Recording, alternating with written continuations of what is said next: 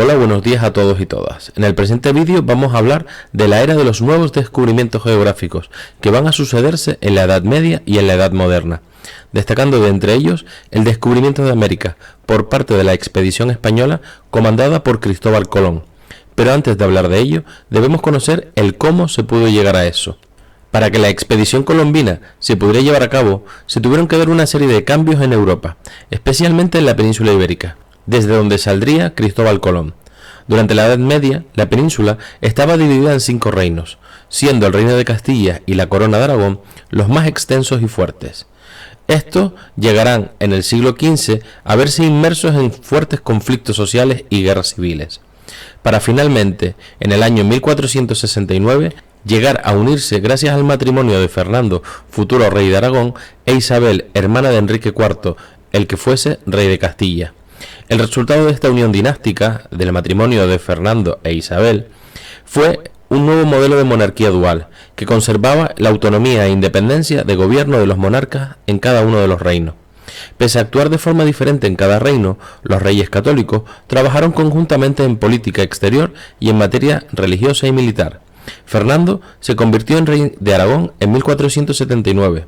El mismo año, Isabel venció a su sobrina Juana, la llamada la Beltraneja, hija de Enrique IV, tras una guerra civil que duró 5 años. Como dijimos, su unión fue solo una unión dinástica, no territorial. No se fusionaron los reinos. Cada uno mantuvo sus fronteras, sus cortes, sus leyes, instituciones, sistemas fiscales e incluso monedas distintas. Una de las prioridades de los reyes católicos fue la unión bajo su corona de todos los territorios peninsulares.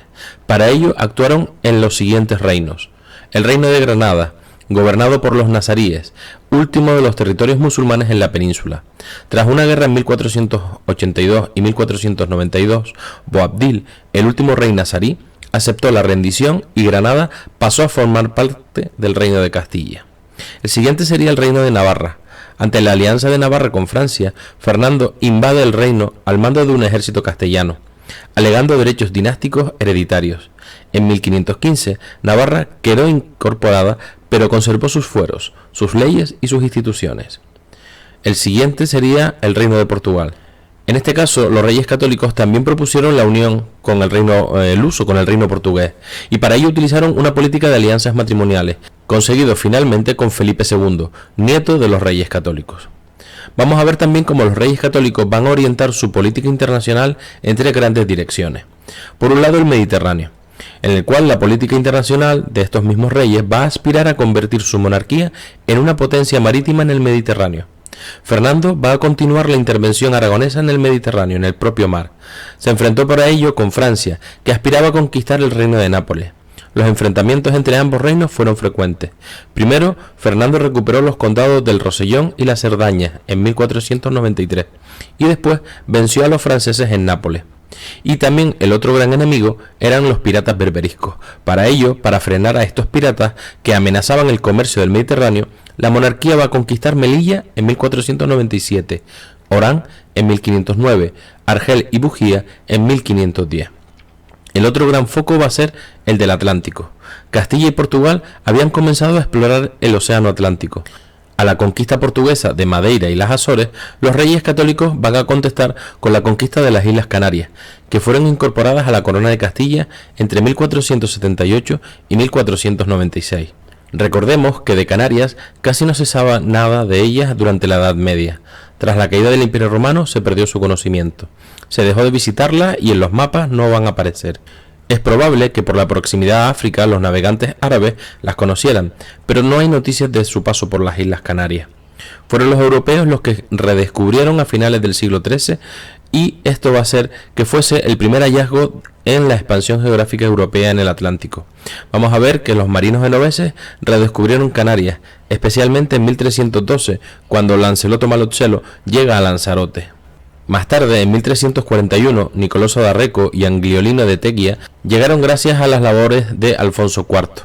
Será en el siglo XIV cuando los marinos de la Corona de Aragón vayan a llegar con frecuencia a las islas, buscando, entre otras cosas, cuero, horchilla y esclavos.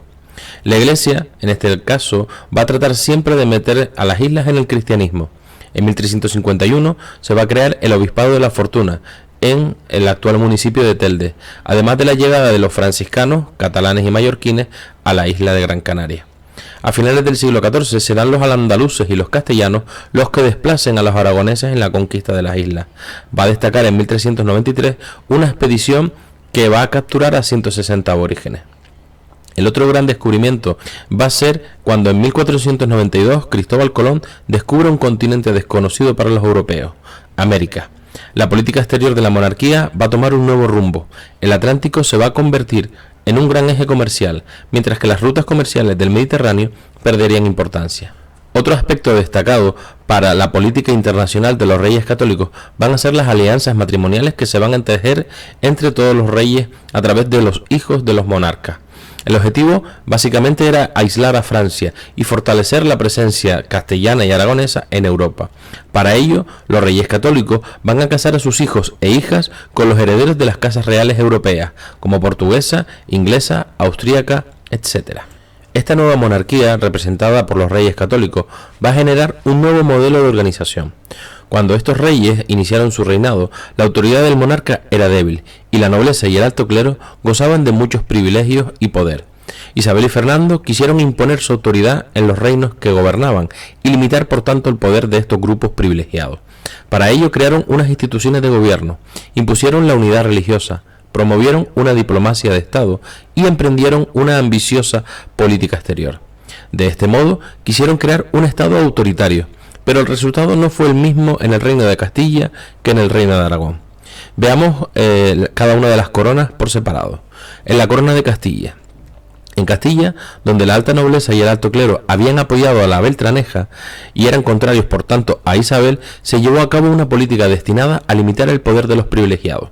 En primer lugar, se puso fin a la concesión de tierras a los nobles y se les limitó la participación en los consejos asesores del rey, y también se les prohibió acudir a la guerra al mando de un ejército con sus vasallos. En segundo lugar, se crearon nuevas instituciones bajo la obediencia real. Para su gestión se nombró a expertos, juristas o contadores de hacienda, escogidos y pagados por el rey. Finalmente, el ejército dejó de depender de los nobles y se contrataron soldados a sueldo, los conocidos como mercenarios, para crear un ejército profesional. En el caso de la corona de Aragón, en Aragón, Fernando también quiso reducir la influencia de la nobleza, que se había opuesto a su padre en la Guerra Civil Catalana de 1462 a 1472. Para ello, dictó la sentencia arbitral de Guadalupe, que abolía algunos de los derechos de la nobleza feudal. Para poner fin al monopolio del gobierno de la oligarquía urbana, instauró el sorteo de los cargos municipales, la insaculación, en el que el rey se reservaba la aprobación de las listas de candidatos. Sin embargo, no impuso la autoridad regia de forma contundente, como en Castilla, y mantuvo las instituciones medievales de gobierno, las cortes, la diputación del general y municipios, y la práctica del pactismo. Por medio del pactismo, el monarca se comprometía a negociar las leyes y los impuestos con los grupos privilegiados representados en las cortes de cada uno de los reinos de la corona de Aragón. Otro de los objetivos fue la unidad religiosa. Para conseguirla, se llevaron a cabo tres grandes actuaciones. Se creó el Tribunal de la Inquisición en 1478, que aseguraba el predominio del cristianismo, juzgando a los sospechosos de herejía o delitos de fe y sancionando a los condenados. Otro hecho fue el de 1492, cuando se obligó a los judíos a convertirse al cristianismo o a abandonar el reino, recibiendo aquellos judíos que se convirtieron el nombre de conversos. El Tribunal de la Inquisición, que hablamos anteriormente, va a vigilar muy cercamente a este grupo de personas. El último de los hechos va a ser la conquista de Granada, que tras esta vamos a ver que se garantizaría a los musulmanes la práctica de su religión y también el mantenimiento de sus costumbres, pero vamos posteriormente a comprobar que a partir de 1502 se les va a obligar, al igual que los musulmanes, a convertirse al cristianismo o a abandonar el reino. A las personas que de fe musulmana se convertirían posteriormente a fe cristiana se les va a llamar moriscos. Durante el siglo XV, en todos los reinos peninsulares se produjo una lenta pero sostenida recuperación de las actividades económicas. Recordemos lo que habíamos visto en temas anteriores. En la corona de Castilla se va a extender la actividad ganadera, en este caso a través de las ovejas, la ganadería ovina. La lana extraída de estas ovejas, en este caso merinas, se va a exportar a Flandes e Inglaterra. La nobleza era dueña normalmente de este ganado y defendió sus intereses a través de un grupo llamado la Mesta. La monarquía va a otorgar privilegios a esta Mesta, porque de ella se va a beneficiar por los impuestos recaudados por la lana extraída. Esto supuso la pérdida de tierras cultivables y la reducción de la producción agrícola, lo que obligaba a la importación de cereales de fuera. Y la exportación masiva de lana también va a dificultar el desarrollo de la industria textil peninsular. En la Corona de Aragón, el rey Fernando va a abolir los derechos feudales en Cataluña, conocidos como los malos usos. A partir de entonces, los remensas, los campesinos muy pobres, mejoraron sus duras condiciones de trabajo. Además, en Cataluña se impusieron aranceles para proteger las manufacturas de tejidos. Asimismo, los puertos del Mediterráneo fueron poco a poco recobrando su actividad comercial, en especial en el de Valencia. Pese al crecimiento económico, las desigualdades sociales seguían siendo muy grandes. Un 90% de la población eran campesinos y artesanos, y el 10% restante, nobleza y clero, controlaba la mayor parte de la riqueza. En Castilla, Isabel estableció el mayorazgo, a través de las leyes de Toro de 1505, por el cual el patrimonio de las familias nobles debía pasar intacto al primogénito, al primer hijo nacido, normalmente varón, ninguna hembra, asegurando por tanto la lealtad a la corona de las grandes familias nobles. En Aragón, la recaudación económica permitió que los comerciantes y artesanos de las ciudades aumentaran su influencia social, reclamando su presencia en las instituciones de gobierno de las ciudades, compitiendo por tanto con la nobleza. Veremos también las causas de las expediciones marítimas. Durante el siglo XV va a adquirir gran importancia el comercio de los productos orientales, especias, seda y otros artículos de lujo, llegados del Extremo Oriente. Pero en 1453 el Imperio Otomano conquista la ciudad de Constantinopla y impide las comunicaciones entre Europa y Asia. Fue por ello que los estados europeos, especialmente Castilla y Portugal, comenzaron a explorar el Atlántico, con el objetivo de descubrir una ruta alternativa hacia la India. Esto impulsó el progreso de las técnicas de navegación, así como la creación o mejora de nuevos instrumentos de navegación, como la brújula, el astrolabio, el portulano, la carabela, entre otras cosas. Recordemos que esto ya lo habíamos trabajado en temas anteriores. De entre ellas, las expediciones portuguesas, veremos que a lo largo del siglo XIV van a establecer colonias comerciales en la costa atlántica de África. Portugueses como Bartolomeu Díaz alcanzó y llegó por tanto hasta la costa del Cabo de Buena Esperanza en 1488. Otra expedición será la de Vasco de Gama, que llegará a la India en 1498, donde también se crearían factorías comerciales. La consecuencia de todo ello, de todos estos viajes, fue el monopolio portugués del comercio de la seda y las especias con el continente europeo. Las expediciones castellanas, de entre ellas vamos a destacar el proyecto colombino. Cristóbal Colón, marinero genovés, acudió a la península interesado en los proyectos marítimos de Castilla y Portugal. Estaba convencido de que se podía llegar a Asia navegando hacia el oeste, a través del Atlántico. En 1492 presentó su proyecto a los reyes católicos, no sin antes presentárselo al rey de Portugal, que lo rechazó. Finalmente los reyes católicos, como decíamos, accedieron a financiarlo. Para ello firmaron las capitulaciones de Santa Fe. Según ellas, Colón obtendría 1/10 parte de las riquezas que conseguiría y recibiría los títulos de almirante de la mar Océana y virrey de los territorios conquistados. La rivalidad entre Castilla y Portugal llevó a que el Papa repartiera los nuevos descubrimientos. Se firmó entre estos dos grandes reinos el tratado en 1494 de Tordesillas. Este dividió a la tierra mediante el trazado de un meridiano a 370 leguas al oeste de las Azores. El oeste de esa línea pertenecería a Castilla, el este pertenecería a Portugal. Esto supuso la creación de dos grandes imperios ultramarinos. Colón realizó 4 viajes a América y en todos ellos creyó que se dirigía hacia las costas asiáticas. Murió finalmente en Valladolid en 1506, sin saber que había llegado a un continente desconocido hasta entonces para los europeos. Veamos más detenidamente el proyecto de Colón. Una vez conseguido el apoyo de los reyes católicos, el almirante contaría con el apoyo de los monjes franciscanos del monasterio de Rábida y de los hermanos Pinzones, armadores que junto con él saldrían con una flota de 105 marineros, montados en una nao, la Santa María, y 2 carabelas, la Pinta y la Niña. La expedición, como decimos, partió de Palos de la Frontera, en Huelva, el 3 de mayo de 1492 y descendió hacia las Islas Canarias. El 12 de octubre de 1492 llegarían a América, específicamente a la isla de Guanajaní, en las Bahamas, a la que Colón bautizó como el San Salvador. Posteriormente exploraron la Española, la isla de Haití y República Dominicana, y finalmente Cuba. En 1493 volverían a la península. El segundo viaje lo realizó en el mismo año, en 1493. Fue una gran expedición integrada por 17 buques y 1.200 hombres. En este caso, creó la primera colonia comercial en la isla de la Española.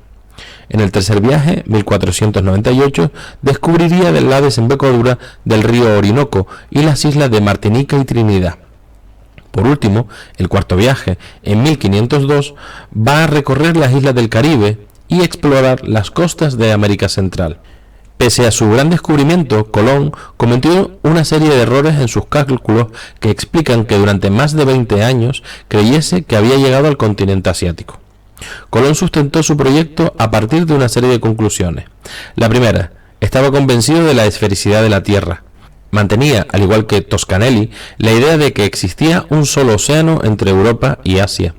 Y además de contar con las versiones de marineros portugueses que habían llegado a las Azores en 1431 y difundían la idea de que un poco más allá, un poco más hacia el oeste, era probable encontrar tierra firme.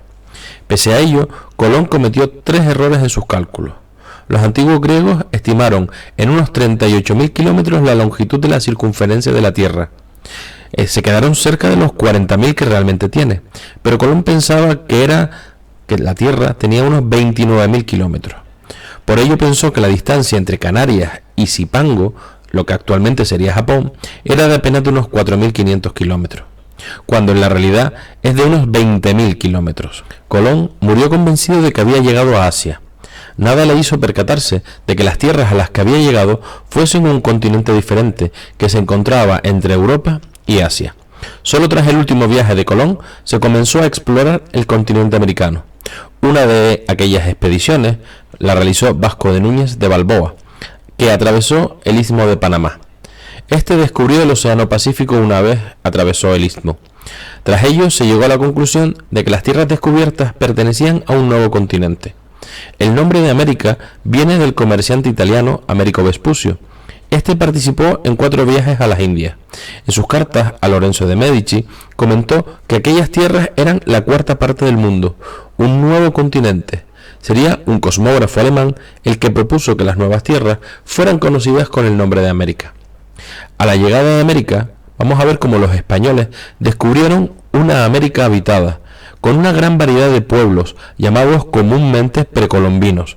La mayor parte eran pequeñas tribus, como los caribes, los taínos, etc. En cambio, otros eran grandes civilizaciones, como los mayas, los incas o los aztecas. Vamos a hablar de cada uno de ellos. En primer lugar, los mayas habitaban la península del Yucatán, lo que actualmente sería el sur de México, Guatemala, Belice, El Salvador y Honduras. Era un pueblo en decadencia cuando llegaron los castellanos, no eran un estado centralizado, estaban organizados en ciudades independientes gobernadas por un jefe, con una sociedad dividida en nobles, sacerdotes, artesanos, campesinos y esclavos. Su economía se basaba en la agricultura, cultivaban maíz, cacao, tomate, etc., además de un comercio activo. Eran politeístas y destacaron en matemáticas, astronomía, arquitectura y escultura. El siguiente pueblo serán los incas. Estos estaban asentados en la cordillera de los Andes. Crearon y tenían un gran imperio que ocupaba los actuales países de Perú, Bolivia, Argentina y Chile. La máxima autoridad era el Inca, el hijo del sol. La sociedad estaba formada por nobles, el pueblo, siervos y esclavos. Destacaba su agricultura, especialmente el cultivo del maíz y de la papa, en terrazas, en este caso escalonadas, así como su comercio y artesanía. Eran politeístas y destacaba como construcción Machu Picchu y una red de caminos de unos 40.000 kilómetros. El último pueblo serán los aztecas. Este fue un pueblo guerrero. Cobraban tributo a los pueblos vencidos y sacrificaban a sus enemigos. Existían 3 grandes ciudades que formaban una confederación. Eran Tenochtitlán, Texcoco y Tlacopan, siendo el origen del imperio azteca dirigido por el emperador. La sociedad se organizaba en tribus, divididas en grupos: nobleza, comerciantes, campesinos, artesanos y esclavos. Su economía se basaba en la agricultura y la orfebrería. También eran politeístas como el resto de pueblos que hemos visto.